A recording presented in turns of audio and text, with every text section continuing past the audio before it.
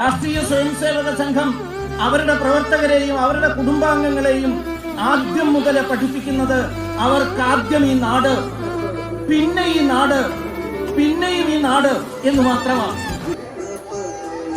സ്വാർത്ഥ ചിന്തകൾ മായണം, പരമാർത്ഥ ബോധമുദിക്കണം.